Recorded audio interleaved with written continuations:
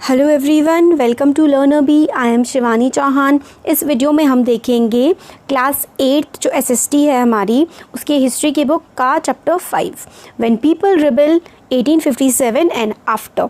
देखिए, जब लोगों ने रिबेल किया, रिबेल का मतलब होता है जब लोगों ने विद्रोह किया कि भाई हमारे देश में सब क्या चल रहा है, ये ब्रिटिश सरकार क्या कर रही है ना। तो इसके खिलाफ जब 1857 में रिवोल्ट हुआ तो उसकी स्टोरी है इस चैप्टर में, और उसके बाद 1857 के बाद क्या हुआ उसकी भी कहानी है। तो इसके इंपॉर्टेंट क्वेश्चन हम देखेंगे जो आपके एग्जाम के लिए काफ़ी ज़्यादा इंपॉर्टेंट होते हैं।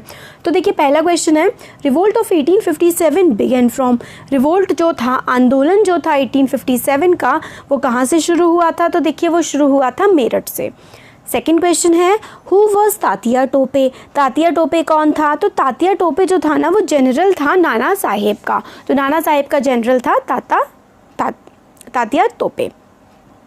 नेक्स्ट है what rumour spread among the sepoys of the Meerut regiment about the new cartridges. तो देखिए, कार्टेजेस होती थी जो बंदूक की गोलियां होती है ना, तो वो कार्टेजेस होती थी, तो उसके बारे में क्या अफवाह फैल गई थी। रूमर का मतलब होता है अफवाह।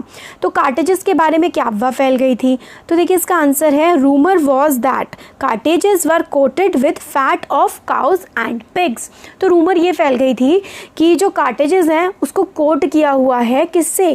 फैट, जो काउ और पिग के फैट से, मतलब काऊ के, गाय के और सुअर के मांस से कोट किया हुआ है कार्टेजेस को।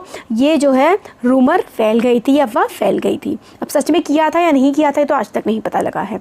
तो मे बी शायद किया हो, मे बी ना किया हो, कुछ नहीं पता। बट रिवोल्ट का बहुत ही बड़ा कॉज बन गया था ये विद्रोह का, जो इंडियन सिपॉइज ने विद्रोह कर दिया था।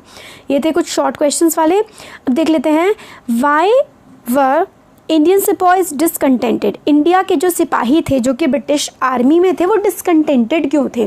डिसकंटेंटेड का मतलब है दुखी क्यों थे, उन्हें अच्छा क्यों नहीं लग रहा था सर्व करना। तो देखिए, इसका आंसर जैसे मैं आपको बता देती हूँ शॉर्ट में। उनकी एक तो सैलरी बड़ी कम हुआ करती थी, इस वजह से उन लोगों को पसंद नहीं था वहाँ पे काम करना। सैलरी कम थी एक चीज़। दूसरी चीज़ ये थी कि उन लोगों का रिलीजियस बिलीफ था, मतलब इंडिया में पहले ये धारणा थी कि हमें समंदर पार नहीं करना चाहिए, हम समंदर पार करेंगे तो हमारा धर्म भ्रष्ट हो जाएगा। तो जो ये ब्रिटिशर्स थे, ये समुद्र पार लड़ाइयाँ करवाने ले जाया करते थे, बट तो उससे धर्म भ्रष्ट हो रहा था, ऐसा माना जाता था। फिर तीसरा, ट्रीटमेंट अच्छा नहीं मिलता था। इंडिया के सिपाहियों को ब्रिटिशर्स के कंपैरिजन में अच्छा ट्रीटमेंट भी नहीं मिलता था, अच्छा खाना भी नहीं मिलता था, व्यवहार अच्छा नहीं होता था, सैलरी कम थी। तो ये सारी की सारी प्रॉब्लम्स थी। इनका प्रमोशन भी नहीं होता था। नेक्स्ट है reforms introduced by British in Indian society. जो ब्रिटिश लोग थे, इन्होंने इंडिया की सोसाइटी में क्या क्या रिफॉर्म इंट्रोड्यूस किए थे? तो शॉर्ट में देखते हैं कि विडो की रीमैरिज करवा दी थी। जो विधवा पुनर्विवाह, मतलब जो औरतें विडो हो गई हैं, विडो मतलब होता है विधवा हो गई हैं जिनके हस्बैंड की डेथ हो गई है, तो उनकी दोबारा से शादी करा दी जाएगी। सती सिस्टम जो है उसको एबॉलिश कर दिया जाएगा। सती होता था कि भाई पति मर गया तो औरत को भी आग में कुदा दो, मतलब औरत को भी, उसकी जिंदा औरत को जलती हुई आग में बैठा दो। ये था सती सिस्टम, तो इसको भी ख़त्म किया। ये चीज़ तो उन्होंने बहुत अच्छी करी थी, बहुत अच्छे अच्छे काम भी किए थे ब्रिटिशर्स ने, बट बुरे भी किए थे, तो दोनों का मिक्स था। और इंग्लिश लैंग्वेज इन्होंने हमारी सोसाइटी में सिखाई थी। क्रिश्चियनिटी आ रही थी, क्रिश्चियनिटी का फैलावा हो रहा था, क्रिश्चियन बना रहे थे लोगों को। तो ये कुछ रिफॉर्म्स हैं जो लेकर के आए थे इंडियन सोसाइटी में। नेक्स्ट क्वेश्चन है how rebellion spread to other regions of the country. जो रिबेलियन था, वो विद्रोह था, वो अलग अलग देश के अलग अलग भागों में कैसे फैल गया? तो देखिए, क्या था ना कि जो बहादुर शाह जफर थे, उन्होंने इस विद्रोह को अपना सपोर्ट दे दिया था। तो बाकी सारे रजवाड़े जो थे, उन लोगों ने भी सोचा कि भाई हम लोग भी पार्टिसिपेट कर लें। सिपाही थे, मेरठ के सिपाहियों ने जब आगे बढ़े वो, तो देश के बाकी हिस्सों के सिपाही भी आगे बढ़ के आ गए, लोगों ने भी साथ दिया। तो ब्रिटिशर्स के खिलाफ ही थे सारे के सारे। उनकी पॉलिसीज़, ब्रिटिशर्स के जो काम थे, वो देश के लोगों को पसंद नहीं आ रहे थे ना, तो उनके खिलाफ सब लोग एक साथ जुट करके आए और रिबेलियन हर जगह फैल गया। फिर देखिए, आपका एनसीईआरटी का पेज नंबर 63 का जो आपके एनसीईआरटी के क्वेश्चंस होते हैं ना, उसका क्वेश्चन नंबर 8 जो है वो बड़ा पे इंपॉर्टेंट है कि 1857 से के बाद जो है क्या क्या चेंजेस लेके आए ये जो ब्रिटिशर्स थे, बहुत इंपॉर्टेंट है। और पेज नंबर 61 पे जो मैप है उसमें रेड कलर का ट्रायंगल में बना रखे हैं कि मेन सेंटर कौन कौन से रिवोल्ट के।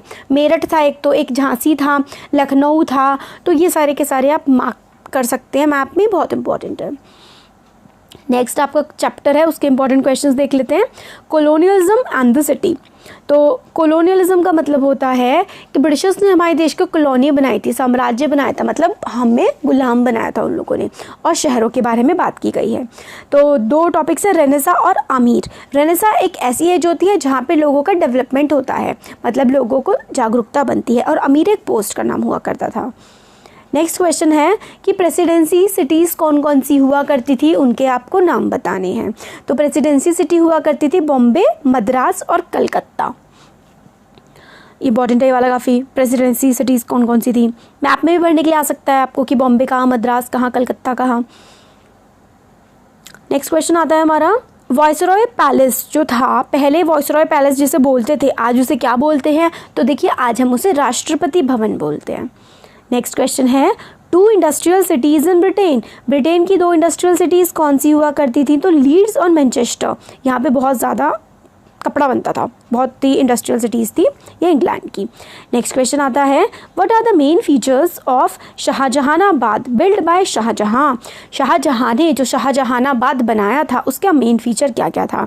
तो कुछ बता देती हूँ मैं आपको कि इन्होंने सिटीज़ के सड़कें जो हैं वो अच्छी कर दी थी, फिर इन्होंने जो चांदनी चौक है उसका एरिया सुधार दिया था, और इन्होंने जो हैं फोर्ट्स वगैरह बनवाए थे, रेड फोर्ट के पास वाला इलाके को काफ़ी अच्छा कर दिया था। तो ये सारे के सारे फीचर्स थे, आप लोग देख सकते हैं।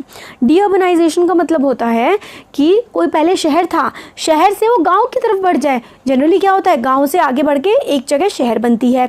डीअर्बनाइजेशन हो गया कि पहले शहर था और अब वहाँ पे एक्टिविटी ख़त्म हो गई है। जैसे कि सूरत था, सूरत में पहले बहुत ज़्यादा इकोनॉमिक एक्टिविटी होती थी, बहुत व्यापार होता था, बट जब ये ब्रिटिशर्स आए वहाँ का व्यापार कम हो गया था, तो उसे डीअर्बनाइजेशन कहते हैं।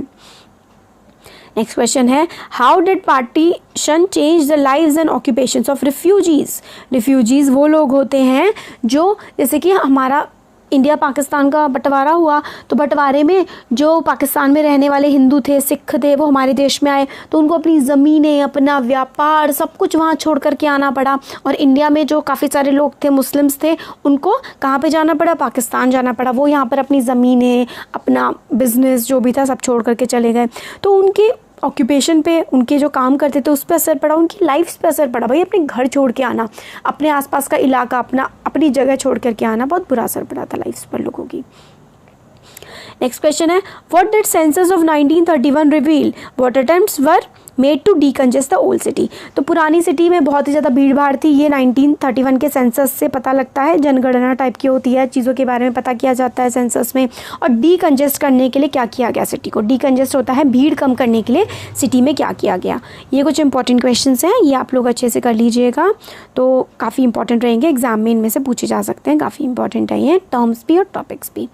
तो कैसा लगा वीडियो आप लोग बता सकते हैं, अच्छा लगा तो लाइक करिए, चैनल को सब्सक्राइब करिए, अपने फ्रेंड्स के साथ भी शेयर करिएगा। और ऐसे ही मैं आपके लिए इंपॉर्टेंट, अभी देखिए अभी आप लोगों के मेनली एग्जाम्स चल रहे हैं, तो इसलिए मैं जल्दी बनाने के लिए क्वेश्चन पोस्ट कर रही हूँ। फिर धीरे धीरे इन सारे चैप्टर्स का एक्सप्लेनेशन, इंपॉर्टेंट क्वेश्चंस का एक्सप्लेनेशन अच्छे से मैं करवा दूँगी। Thank you.